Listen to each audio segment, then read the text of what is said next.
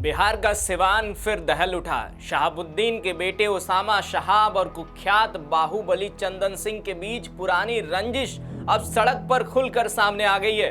रविवार की शाम को एक मामूली सी सड़क की बहस ने इतना हिंसक रूप ले लिया कि पूरा इलाका पथराव और फायरिंग की आंच में जल उठा। पुलिस पर हमला हुआ, कई जवान घायल हो गए और अब मामला सीधे हत्या की साजिश तक पहुंच गया है।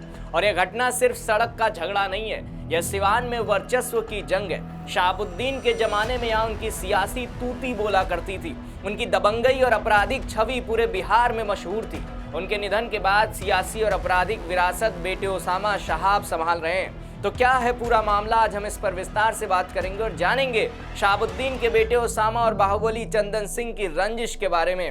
नमस्कार, आप देख रहे हैं राष्ट्रवाणी और आपके साथ मैं अरुण चौरसिया। दोस्तों, बिहार के एमएच नगर थाना क्षेत्र के सेमरी गांव में रविवार शाम करीब 6:30 बजे की बात है, जब चंदन सिंह अपने समर्थकों के साथ 3 स्कॉर्पियो गाड़ियों में सवार होकर जा रहे थे। साइड लेने के चक्कर में उनकी गाड़ी सेमरी गांव के रहने वाले एनुल हक के ऑटो टेम्पो से टकरा गई। वह केवल एक मामूली टक्कर थी, लेकिन जैसे ही चंदन सिंह का नाम सामने आया, माहौल गर्मा गया। ऑटो चालक के पक्ष में उसामा शहाब के करीबी डब्लू खान और उनके समर्थक तुरंत उतर पड़े। दोनों के बीच कहासुनी शुरू हुई और देखते ही देखते दोनों पक्ष आमने सामने हो गए। चंदन सिंह के लोग एक तरफ और डब्लू खान के समर्थक दूसरी तरफ। छोटी सी बहस ने पलक झपकते ही हिंसक रूप ले लिया। दोनों तरफ से पथराव शुरू हो गया, हवा में गोलियां चली और पूरा गांव दहल उठा। उपद्रवियों ने पुलिस टीम पर भी पथराव कर दिया, कई पुलिसकर्मी घायल हो गए।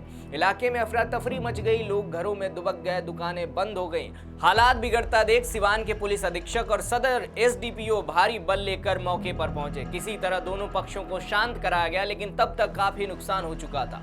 चंदन सिंह की तीनों स्कॉर्पियो गाड़ियां क्षतिग्रस्त हो गई, लेकिन मामले ने विवाद का रूप तब लिया जब चंदन सिंह ने हसनपुरा थाने में लिखित शिकायत दर्ज कराई और सीधा गंभीर आरोप लगा दिया। चंदन सिंह का कहना है कि यह पूरी घटना कोई संयोग नहीं थी।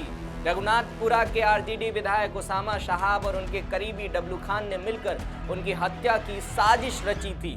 पुरानी राजनीतिक रंजिश के चलते उन्हें निशाना बनाया गया। चंदन सिंह ने एफआईआर में उसामा शहाब, डब्लू खान और उनके कई सहयोगियों के नामजद किए। वहीं दूसरी तरफ ऑटो चालक एनुल हक और डब्लू खान के पक्ष ने भी चंदन सिंह पर फायरिंग और हमले का आरोप लगाया। फिलहाल दोनों तरफ से क्रॉस एफआईआर दर्ज हो गई है। पुलिस ने 3 अलग-अलग मुकदमे दर्ज किए और दोनों मामलों की जांच चल रही है। सीसीटीवी फुटेज खंगाले जा रहे हैं, गवाहों के बयान लिए जा रहे हैं और पुलिस अधीक्षक ने साफ कहा है कि कानून अपने हाथ में लेने वालों को बख्शा नहीं जाएगा, चाहे वो कोई भी हो। लेकिन दोस्तों, यह घटना सिर्फ सड़क का झगड़ा नहीं, ये सिवान में वर्चस्व की जंग है। शहाबुद्दीन के जमाने में जब उनका यहाँ राज हुआ करता था, तब उनकी सियासी तूती बोला करती थी। उनकी दबंगई और आपराधिक छवि पूरे बिहार में मशहूर थी। उनके निधन के बाद सियासी और आपराधिक विरासत बेटे उसामा शहाब संभाल रहे हैं। पिछले साल आरजेडी के टिकट से रघुनाथपुर से वो विधायक बने। उसामा अब अपने पिता की तरह इलाके में दबदबा बनाए रखना चाहते हैं, लेकिन शहाबुद्दीन के जाने के बाद सिवान में कई नए दबंग उभरे हैं। इन्हीं में से एक नाम चंदन सिंह का भी है। चंदन सिंह पर हत्या, रंगदारी, वसूली, लूट और कई संगीन आपराधिक मामले दर्ज है।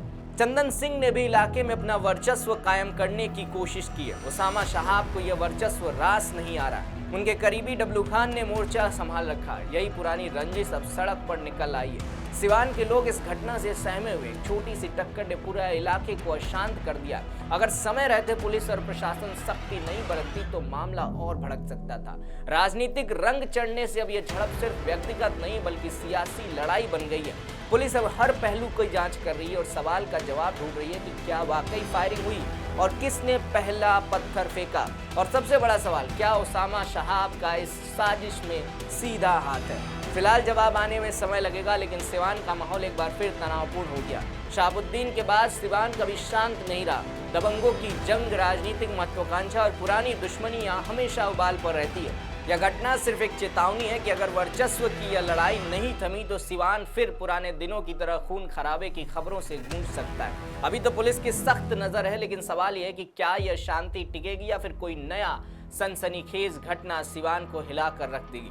फिलहाल इलाके के लोग बस यही उम्मीद कर रहे हैं कि जल्द से जल्द मामला शांत हो और कानून का राज कायम रहे। मगर आप शहाबुद्दीन के बेटे और बाहुबली चंदन सिंह के बारे में क्या कहना चाहेंगे? अपना जवाब नीचे कमेंट सेक्शन में लिखकर जरूर बताइएगा। ऐसी तमाम खबरों के लिए देखते रहिए राष्ट्रवाणी। मिलते हैं अगली खबर में, तब तक के लिए नमस्कार।